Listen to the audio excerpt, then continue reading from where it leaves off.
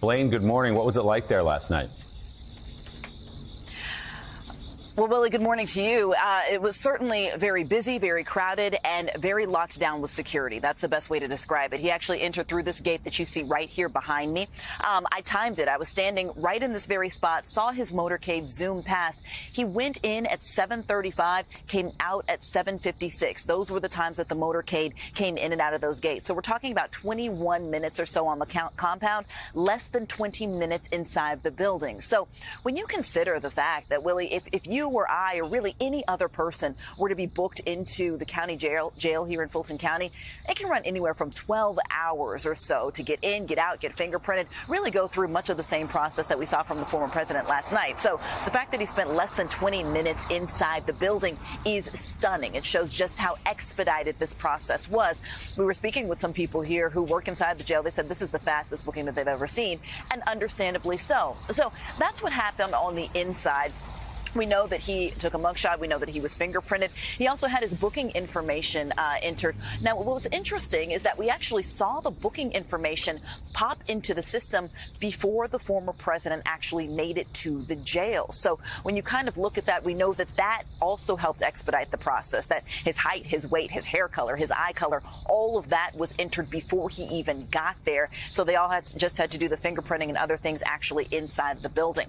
Now, what security was like here outside, we saw it growing throughout the day. We know that the street was blocked off. The jail itself was actually on lockdown, Willie. They weren't letting anybody come in and be booked. Intake itself was cleared, which is something that you never see happen in a county jail. So the fact that intake was cleared is also very stunning. So really, all of the operations had to come to a halt in order for the former president to be booked in and out as quickly as he was, Willie.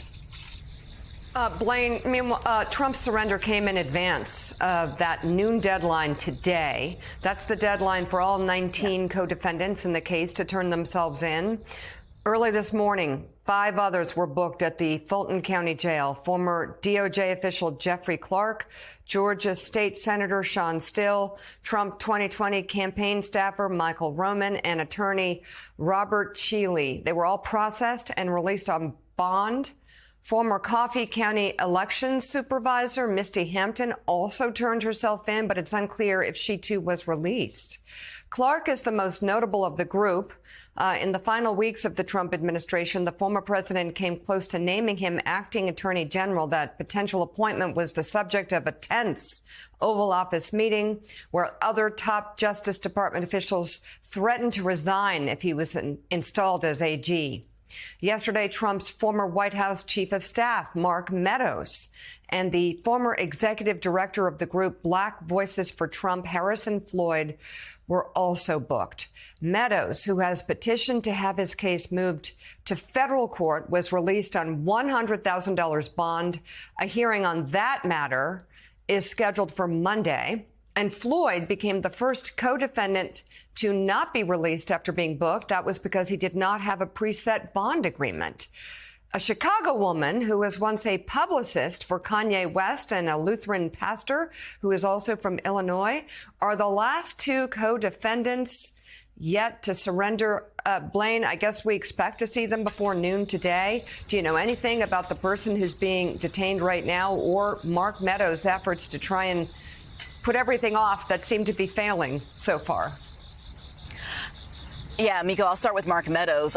What we saw really from him was the most vigorous pushback, 1, to getting arrested, 2, to even having the charges be here in Fulton County. So what was interesting is yesterday played out. Remember, a judge denied his motion, his request, rather, to stop the DA from arresting him. Remember, he put out a filing, and in that filing, we saw an email from the DA's office to his attorneys, and it was pretty strongly worded, basically making it clear that if he wasn't here by Friday at the deadline, she would not hesitate to issue arrest warrants to bring him into custody. She said that the Friday noon deadline was very generous, that he's no different than anybody else who is facing criminal charges, both in this case or in Fulton County in general, and made it clear that he had no choice but to come down here and turn himself in.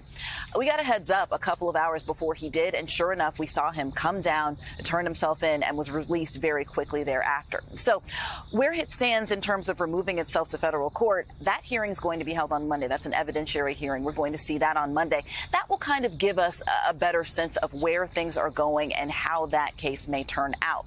Now, as for what we're going to see here at the Fulton County Jail, the sheriff has made it clear that he does believe that the remaining 2 people, all of the 19 co-defendants, will meet this Friday noon deadline, that they won't have to issue arrest warrants in this case, that they expect everyone to come down, surrender, and turn themselves in. Mika.